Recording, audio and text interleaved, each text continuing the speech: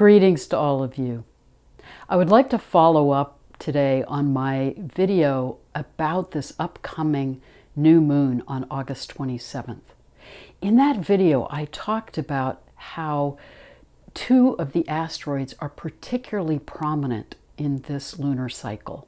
Hygeia, which is related to the goddess of health and healing, and Ceres, which connects us to the energies of our Earth Mother.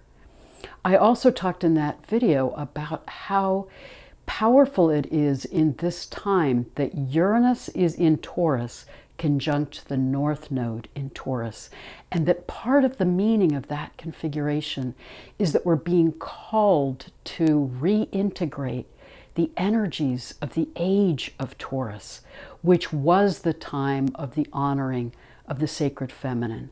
And I think it's key that as we're moving into the Age of Aquarius, we are needing to reintegrate, rebalance the energies of the sacred feminine with the sacred masculine.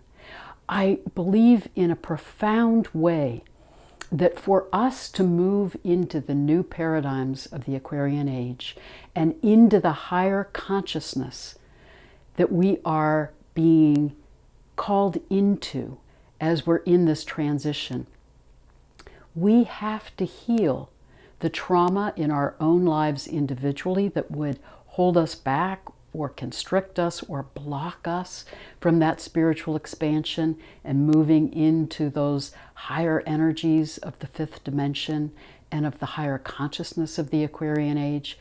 And we need to heal collectively. We have a lot of trauma in our collective consciousness. And in particular, I think we carry a lot of trauma from the last 5,000 years of our history, which is the time of the patriarchal period, when we really got out of balance with the energies of the sacred feminine and the sacred masculine. So I'd like to talk today about the astrological ages from the Age of Taurus to where we are now on the cusp of the Age of Aquarius, and look at the themes of this last 5,000 to 6,000 years and what we're needing to heal in order to move more fully into the Aquarian age, and what we're needing to reclaim from the wisdom and the lessons of these last astrological ages. Remember that we move through this larger 24,000 year precessional cycle with each astrological age being about 2,000 years in length.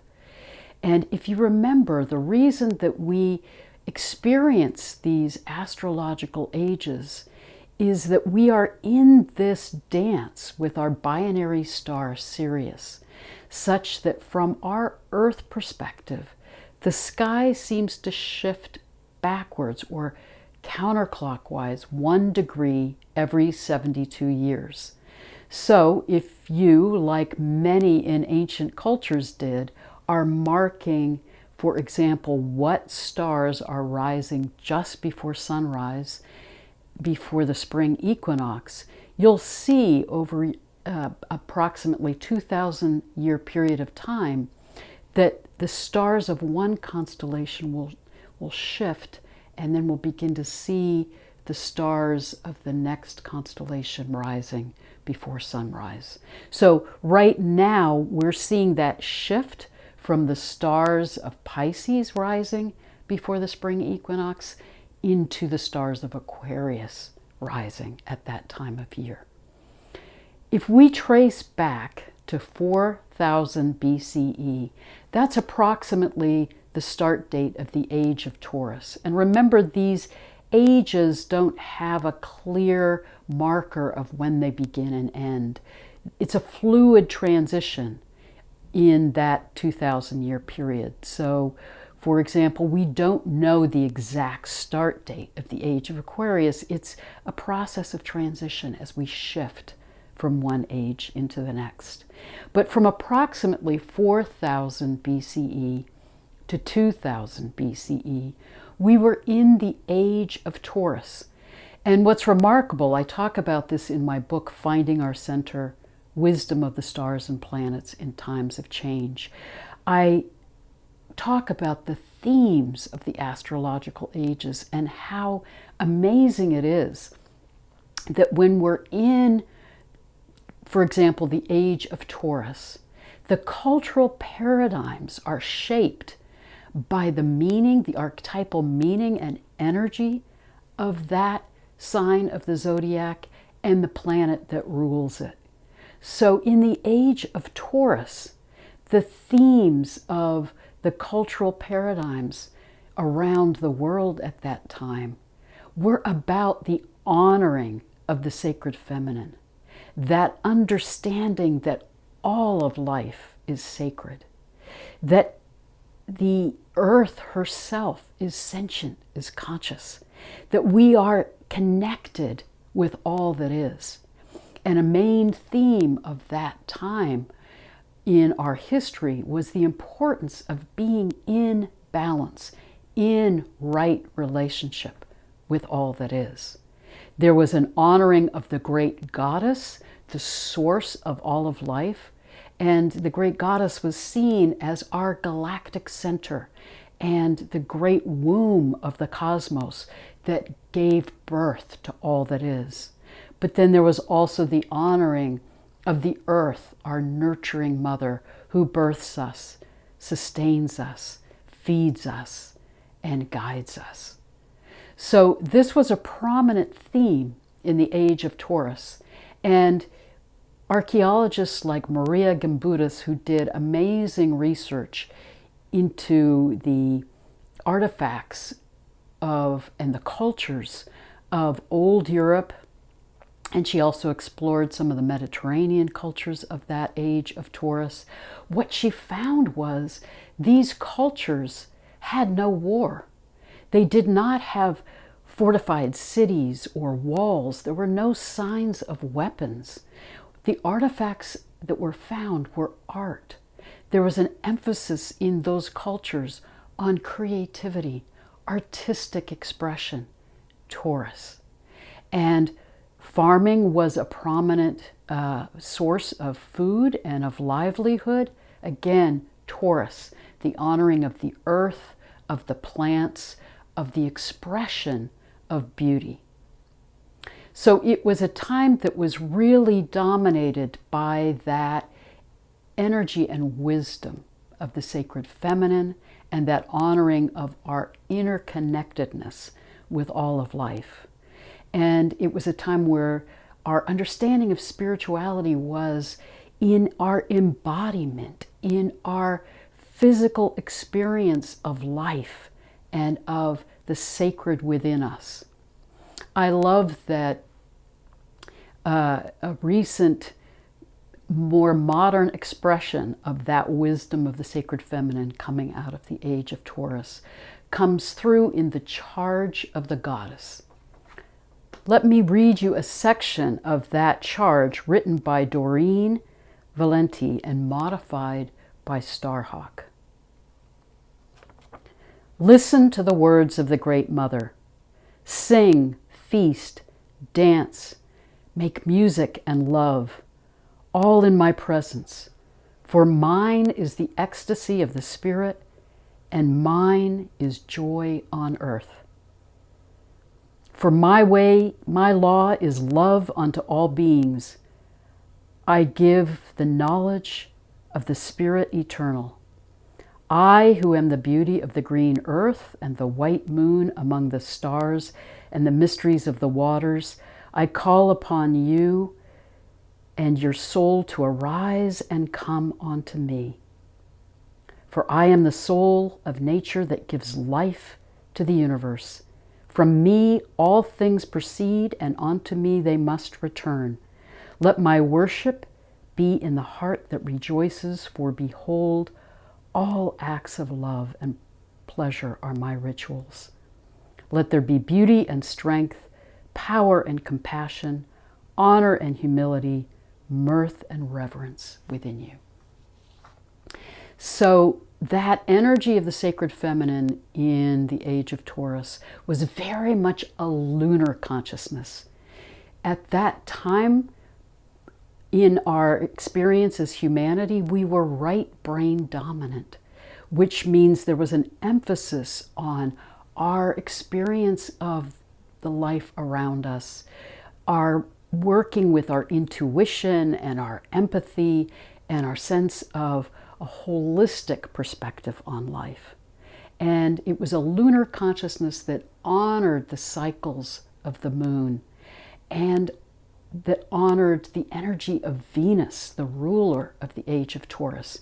In fact, one of the prominent myths and deities of that time coming out of ancient Sumer was Inanna, the queen of heaven and earth, which Inanna is very much about the planet Venus and her cycle in the sky. So the emphasis was on relationship and artistic expression and our interconnectedness with all of life.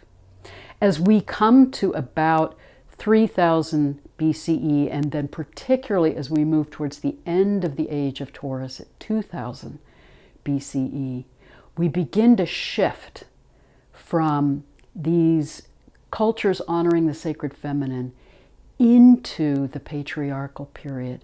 And we're moving into the Age of Aries, ruled by the planet Mars. And the energy of Aries is about this sense of our individual experience, self-assertion, exploration, expression of our own will.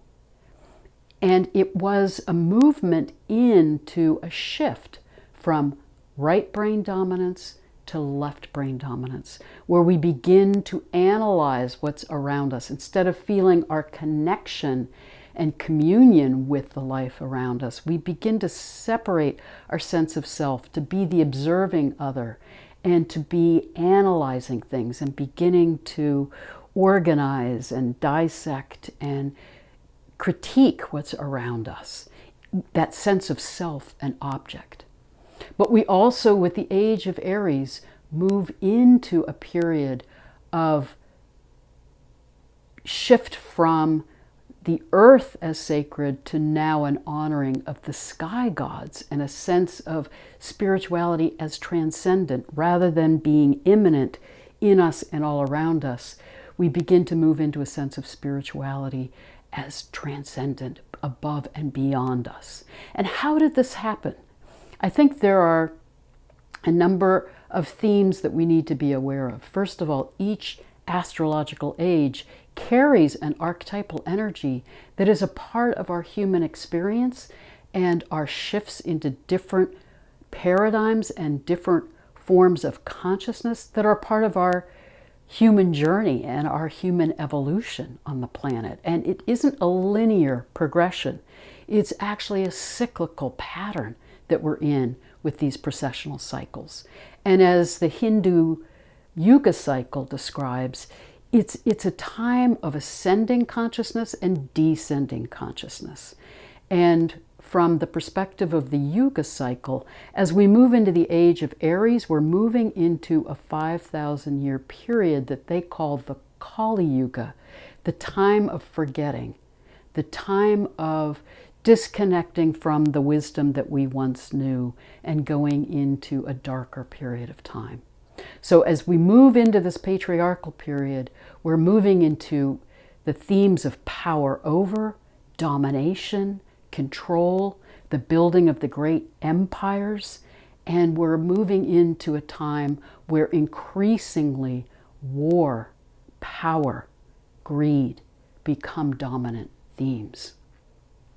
I do believe that the Age of Aries carries an important exploration for us as humanity, to be separating from that merger in relationship to our sense of self, our individual self-expression, our capacity to make decisions and choices and assert ourselves and explore the world.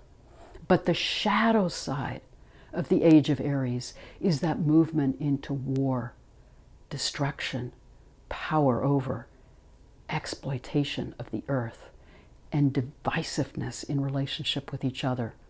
And I think a factor at play in this as we moved into the Age of Aries is that approximately 2300 BCE, there is scientific evidence that the earth was struck by some major comets that created a climate crisis and catastrophic effects around the globe.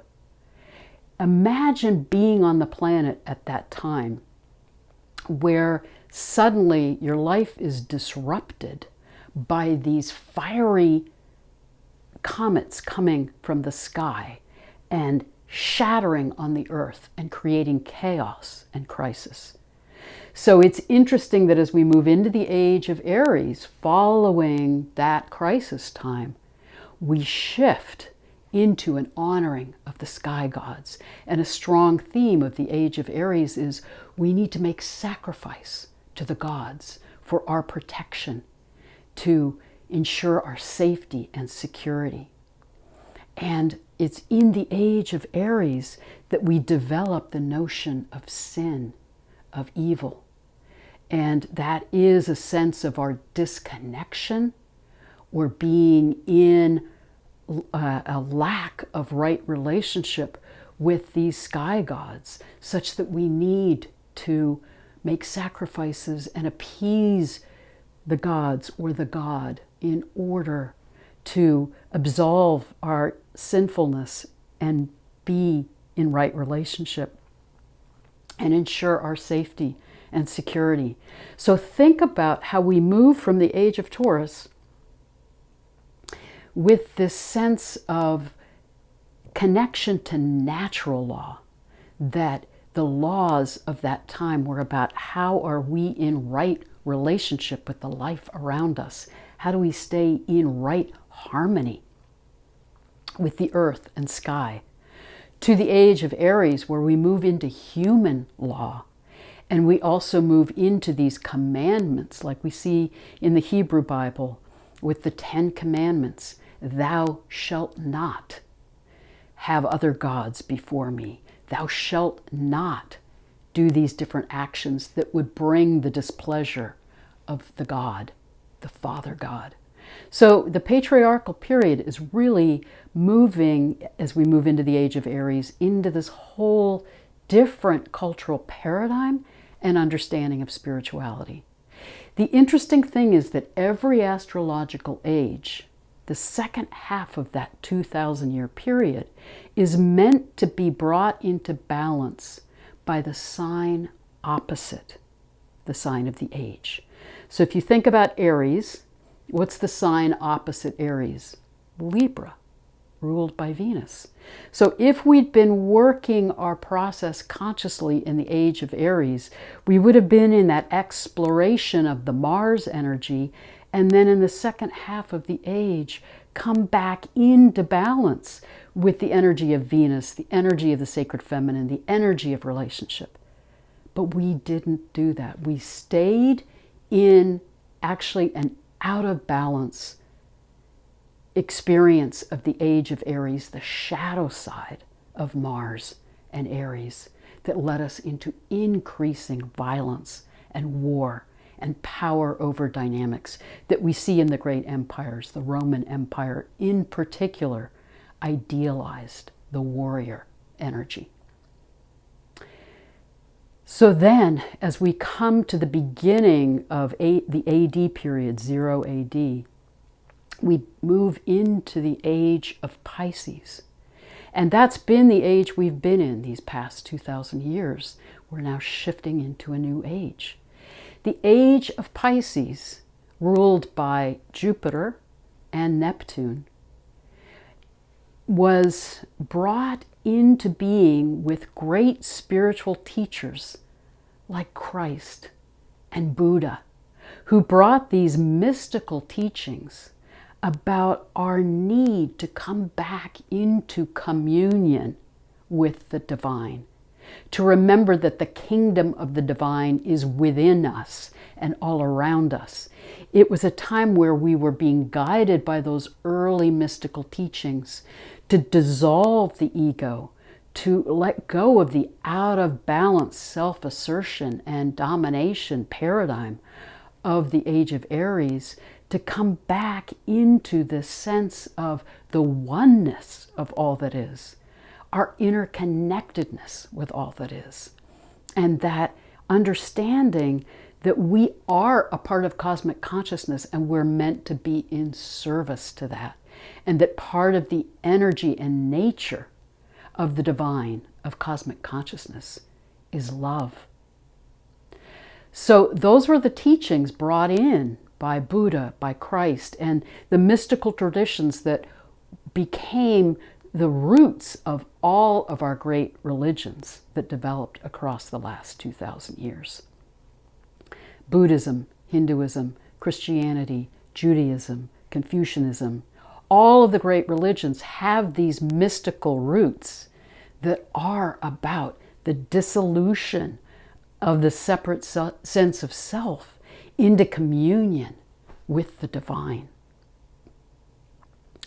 Sadly, that energy of the patriarchal period and the imbalanced energy of Aries carried through into the Age of Pisces.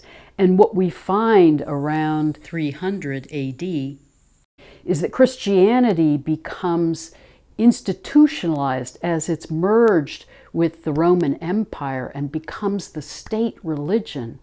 And now we have that power over empire dynamic merging with an increasingly institutionalized and codified religious system that is no longer the core teachings of Christ, which were about love, finding that connection with the divine within you. It now becomes a system of doctrines and laws and under the control of the church.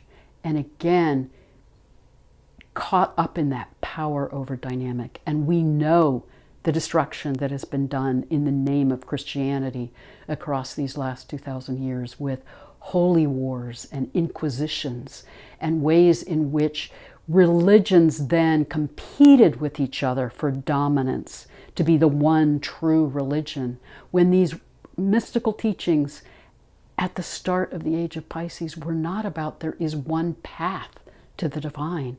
They were about we all have that access and capacity within us to open to our connection with cosmic consciousness and that oneness and love that is there within us and for all of us. So as we are now on the cusp of the Age of Aquarius, to heal our collective trauma and wounds, we need to remember the wisdom of the sacred feminine that we lost, that got pushed underground in the Age of Aries. We need to rebalance the energies of the Age of Aries and honor the gifts of that period and heal and clear the shadow side and the trauma of the Age of Aries. And we need to reclaim the early mystical teachings and wisdom of the Age of Pisces so that we can heal and give birth to these new paradigms of the Age of Aquarius that are about that remembrance, that awareness that we are energy beings interconnected with all that is, and that we have that capacity to move into this expansive, higher consciousness, but only if we heal the trauma of the past and come back into alignment with what it means to be human and what it means to be soul selves in this earthly experience, and what it means to rebalance the energies of the sacred feminine and the sacred masculine so that we are back in balance. And remember Balancing the energies of the sacred feminine and sacred masculine is not about gender dominance. It's not about shifting from patriarchy to matriarchy. Those early cultures in the Age of Taurus were not matriarchal. They were matrilineal, honoring the mother line, but they really honored an egalitarian dynamic between men and women. And as we're moving into the healing from the shadow side of the patriarchal period and the domination and the power over dynamic and the idealization of the sacred masculine, and therefore men being dominant over women and our separation and disconnection from the earth, we need to reclaim that we all have the energy of the sacred feminine and the sacred masculine within us.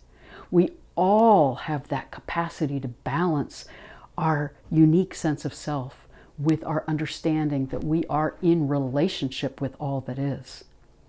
So we need to remember the energies of the sacred feminine, rebalance the energies of the Age of Aries, reclaim the wisdom of the Age of Pisces to move into these new ways of being and new earth of the Age of Aquarius.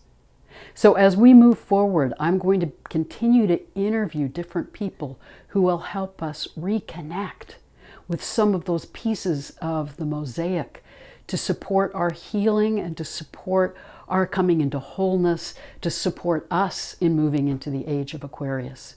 You may not agree with all of what they say, but hear the diversity of voices that are a part of the wise ones guiding us to heal, to remember what's been forgotten, to come back into balance in order to be prepared to move into these new paradigms of the Age of Aquarius. And I so appreciate in this community the energetic of respect and openness to diversity and sense of our interconnectedness, which are the energies of the Aquarian age.